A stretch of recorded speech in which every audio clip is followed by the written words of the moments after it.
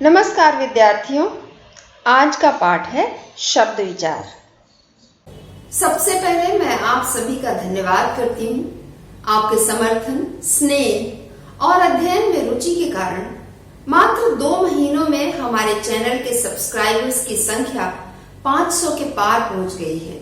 आप सभी बधाई के पात्र हैं। आज इस वीडियो में हम देखेंगे शब्द किसे कहते हैं, शब्द के भेद कौन कौन से हैं, शब्दों का वर्गीकरण किन किन आधारों पर किया गया है। इस वीडियो में इन वर्गीकरणों का मात्र परिचय दिया गया है। इसका उद्देश्य यह बताना है कि आने वाले पाठों में शब्द विचार के अंतर्गत हम शब्दों के भेदों, रूपों, स्रोतों और अर्थों का अध्ययन करेंगे। तो आइए सबसे पहले जानें शब्द क्या है। भोलानाथ तिवारी लिखते हैं, शब्द अर्थ के स्तर पर भाषा की लघुतम स्वतंत्र इकाई है।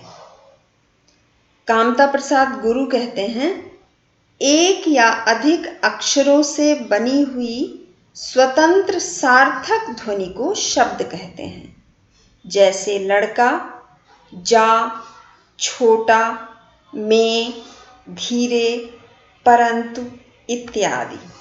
अब इन दोनों ही परिभाषाओं में कुछ शब्द सामान्य हैं, जैसे शब्द लघुतम स्वतंत्र इकाई है भाषा की, और सार्थक ध्वनि जो है भाषा की, जो स्वतंत्र सार्थक ध्वनि है उसे शब्द कहा जाता है। अर्थात जो निरर्थक ध्वनियां हैं या ध्वनियों का समूह है वह शब्द नहीं है, बल्कि एक या अधिक अक्षरों से बनी हुई स्वतंत्र सार्थक ध्वनि शब्द कही जाती है। जैसे कि उदाहरण में आप देख सकते हैं, लड़का, जा, छोटा, में, धीरे, इन सभी शब्दों का एक निश्चित अर्थ है, इसलिए ये शब्द हैं। शब्दों का वर्गीकरण कई आधारों पर किया जाता है। रचना के आधार पर, इतिहास के आधार पर, अर्थ के आधार पर और रूपांतर के आधार पर। रचना के आधार पर शब्दों के 3 भेद किए जाते हैं। विद्यार्थियों, यहाँ पर देखिए, मैंने इसके सामने यह भी लिखा है कि ये भेद किसने बताया है या किसने सुझाया है।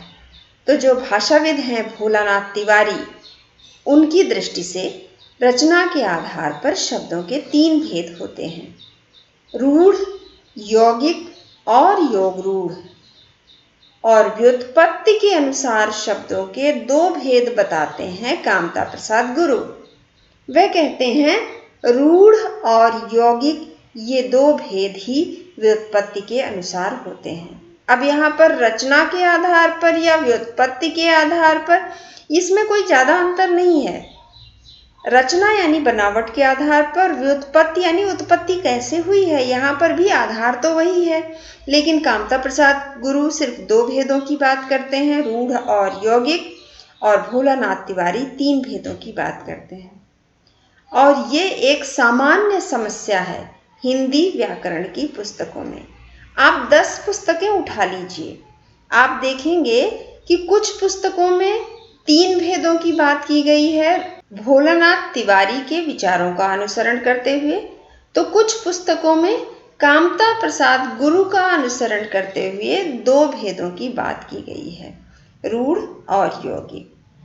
अब व्याकरण विदों को इस संबंध में अवश्य एक चर्चा करनी चाहिए कि जब एक विद्यार्थी पढ़ता है, मान लीजिए वह विद्यार्थी किसी परीक्षा के लिए पढ़ रहा है, स्कूल की परीक्षा के लिए, विश्वविद्यालय की परीक्षा के लिए, अथवा किसी प्रतियोगी परीक्षा के लिए वह अध्ययन कर रहा है व्याकरण की पुस्तकों का।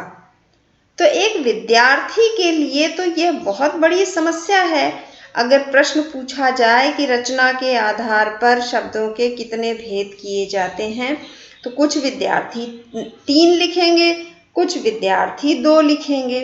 अब वो दोनों ही अपनी अपनी जगह पे सही हैं, क्योंकि किसी ने जो पुस्तक पढ़ी होगी उसमें 3 भेदों की बात की गई होगी, दूसरों ने जो पुस्तक पढ़ी है उसमें 2 भेदों की बात की गई है।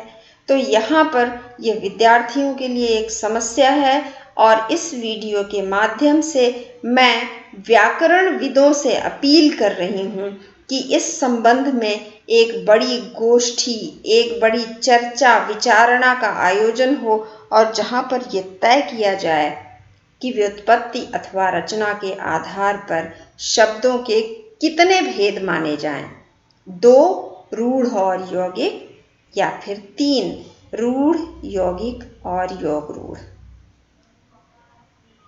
विद्यार्थियों, इतिहास के आधार पर शब्दों के 4 भेद किए जाते हैं: तत्सम, तद्भव, देशज, विदेशी। आगे चलकर हम विस्तार से इनका अध्ययन करेंगे। रूपांतर के अनुसार शब्दों के 2 भेद किए जाते हैं: विकारी और अविकारी। अर्थ के आधार पर भी शब्दों के भेद किए जाते हैं: सार्थक और निरर्थक। जैसा कि हमने परिभाषा में देखा कि शब्द सार्थक ध्वनियों से बने हुए होते हैं, अर्थात शब्द वह इकाई है जो सार्थक होती है। अब यहाँ पर अर्थ के आधार पर 2 भेद किए जाते हैं: सार्थक और निरर्थक। तो ये निरर्थक शब्द क्यों है, आइए जानते हैं। अब जैसे देखिए उदाहरण दिया गया है, रोटी वोटी, आमने सामने, चाय वाय। अब देखें तो इनमें रोटी, सामने, चाय, ये तीनों तो सार्थक शब्द हैं, लेकिन वोटी, आमने, वाय ये निरर्थक शब्द हैं। शब्द के आधार पर ये निरर्थक हैं, लेकिन जब इनका प्रयोग किया जाता है वाक्य में, तब ये एक अर्थ देते हैं। जैसे जब कोई कहता है मुझे लाइए रोटी वोटी खाने को दीजिए, तब वो कह रहा है रोटी खाने को दीजिए, लेकिन उसके साथ कुछ और भी चीजें होनी चाहिए। तो वहां पर रोटी वोटी में जो वोटी शब्द है वो रोटी के साथ दाल, सब्जी, चटनी आदि का अर्थ भी दे रहा है। इसलिए अर्थ के आधार पर शब्दों के ये 2 भेद किए गए हैं। आइए कुछ उदाहरण देखते हैं। रूढ़ शब्द कौन कौन से हैं और किस प्रकार के हैं? जैसे नाक, कान, पीला, झट, पर, ये रूढ़ हैं। ये रूढ़ क्यों हैं, आगे के पाठों में हम इन्हें जानेंगे। अगला भेद है यौगिक। पीलापन, दूध वाला, झटपट, घुड़साल आदि यौगिक शब्द हैं। ये वह शब्द होते हैं जो शब्दांशों अथवा 2 शब्दों के मेल से बनते हैं। अगला भेद है योग रूढ़। बनावट तो इसकी भी यौगिक की तरह ही होती है, 2 शब्दांशों से मिलकर बनते हैं या 2 शब्दों से मिलकर बनते हैं, लेकिन अर्थ की दृष्टि से ये रूढ़ होते हैं। अब जैसे देखिए पंकज, पंक धन ज, अर्थात पंक से जन्मा हुआ, लेकिन ये शब्द रूढ़ हो गया है कमल के अर्थ में। इसी प्रकार दूसरा उदाहरण देखिए, लंबोदर, लंबा है उदर जिसका, लेकिन ये शब्द भी गणेश के अर्थ में रूढ़ है। अगला उदाहरण देखिए, गिरिधारी, अर्थात गिरि को धारण करने वाला। अर्थ की दृष्टि से इस शब्द का प्रयोग कृष्ण के लिए ही किया जाता है। स्रोत के आधार पर शब्दों के 4 भेद किए जाते हैं: तत्सम, तद्भव, देशज, विदेशी। तत्सम शब्द वे शब्द हैं जो संस्कृत से सीधे सीधे हिंदी में ले लिए गए हैं और इनका हिंदी में प्रयोग ज्यों का त्यों होता है, जैसे सूर्य, चित्र, पत्र, क्रोध। तद्भव शब्द ये वह शब्द हैं जो हैं तो संस्कृत के ही, लेकिन समय के साथ इनमें थोड़ा परिवर्तन आ गया है और इनका रूप थोड़ा सा बदल गया है। जैसे सूरज, ये सूर्य का ही थोड़ा विकसित रूप है। नदी, चिट्ठी, बुढ़ापा, ये सभी तद्भव शब्द हैं। देशज शब्द अगला भेद है। देशज वह शब्द होते हैं, विद्वान कहते हैं, जिनके स्रोत का पता ना हो, जैसे तेंदुआ, चिड़िया, कटोरा, खिड़की।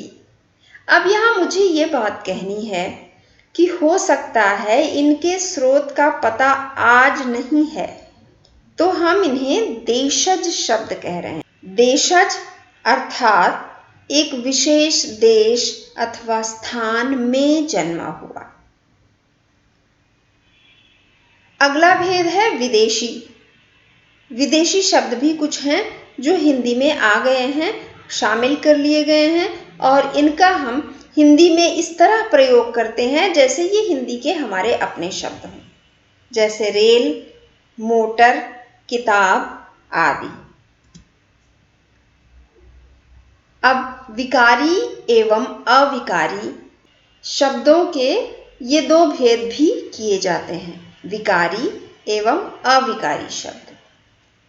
विकारी शब्दों के अंतर्गत संज्ञा, सर्वनाम, विशेषण और क्रिया आती है, और अविकारी शब्द जिन्हें हम अव्यय के नाम से भी जानते हैं, इसके अंतर्गत क्रिया विशेषण, संबंध सूचक, समुच्चय बोधक और विस्मयादि बोधक शब्द आते हैं।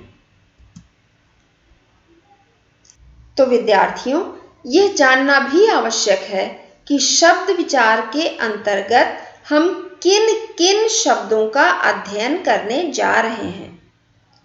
तो कामता प्रसाद गुरु कहते हैं, शब्द साधन व्याकरण के उस विभाग को कहते हैं जिसमें शब्दों के भेद तथा उनके प्रयोग, रूपांतर और व्युत्पत्ति का निरूपण किया जाता है।